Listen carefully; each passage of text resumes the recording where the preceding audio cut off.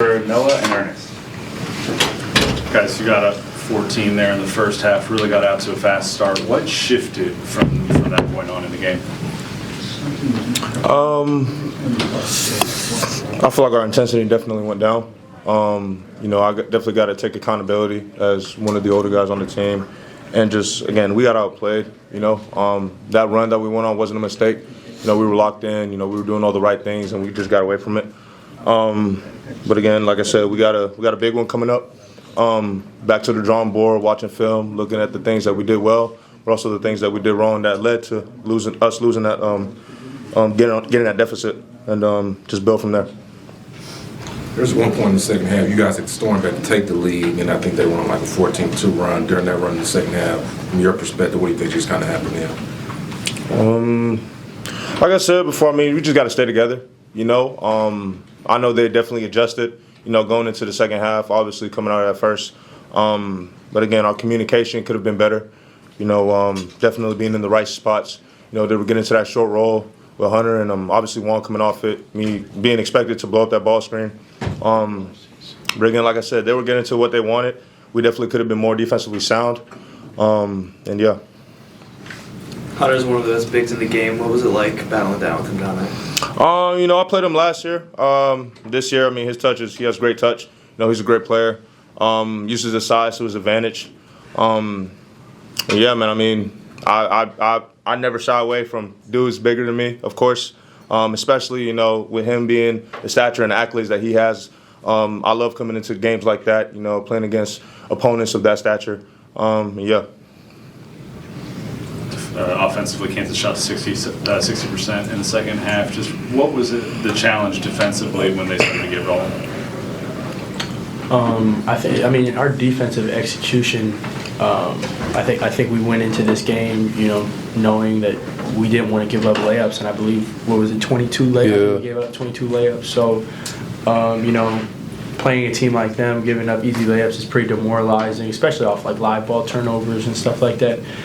So you can't afford to give teams like Kansas that opportunity to get easy, fast break transition baskets. I think that was the bigger shift in the game. It just felt like they were in transition for the whole second half. Do you guys feel like you're a confident team right now? 1,000%. Absolutely. 1,000%. We belong here. Any narrative out there that we're clinging on to this and the third, I'm not buying any of that. Trust my guys. I know my guys. Again, we're in the Big 12 for a reason. We're on this stage for a reason. Collectively, 1 through 5, and everybody coming off the bench, man. I know that we're supposed to be here. Like I said, that run we went on wasn't an accident. We're capable. I was telling them the same thing coming into this locker room after the game. We're capable. We all seen it. Like I said, going on that run wasn't a mistake. Literally, point blank period.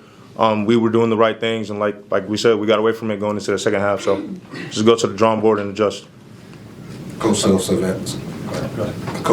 after the game that he loved you as a person, wanted you to stay. I know this wasn't the result you wanted. What does it mean just kind of hear those words from your former coach? No, 1,000%. A guy like him who's achieved everything that he has, and just him being him, of course it means a lot.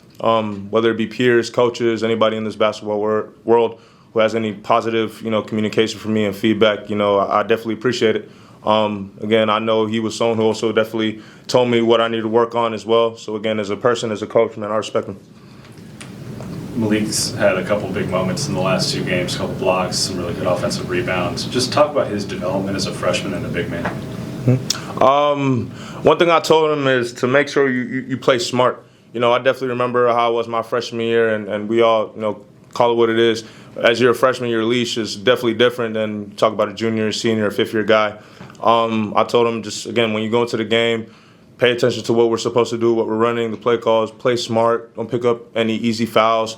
And, above all else, I can say from Malik, he cares. When the ball got tied up, you see him in that scuffle. And, again, that's just a sign for him that he cares. I love him to death. He's getting better every day in practice, when he's working out, behind closed doors. And, again, his development as a freshman being here, and like I said, I love that he's with me. I get to positively talk to him because, again, I've been through it. I've been in that situation, and I just want what's best for him. Does it add to, your perspective of him knowing that he came off of that knee injury his senior year and missed basically a year of basketball? 1,000%. Again, last year conference when I went down versus K-State and missed all those games. Like, that was the first time I've ever been out for an injury. So I definitely understand fully what it is to be out from this game, away from this game because of an injury or being hurt. And again, it's not fun. You know, it isn't fun. But obviously getting back into it, I feel like is the most beautiful part of it because, again, there's a lot of dudes that I know personally and just in this basketball world that anything could happen in this game within an instant. You know, you could walk wrong, run wrong, slide the wrong way, and just it's done just like that.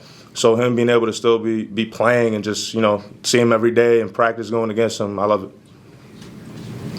Anything else for the players? Okay, Thank you all.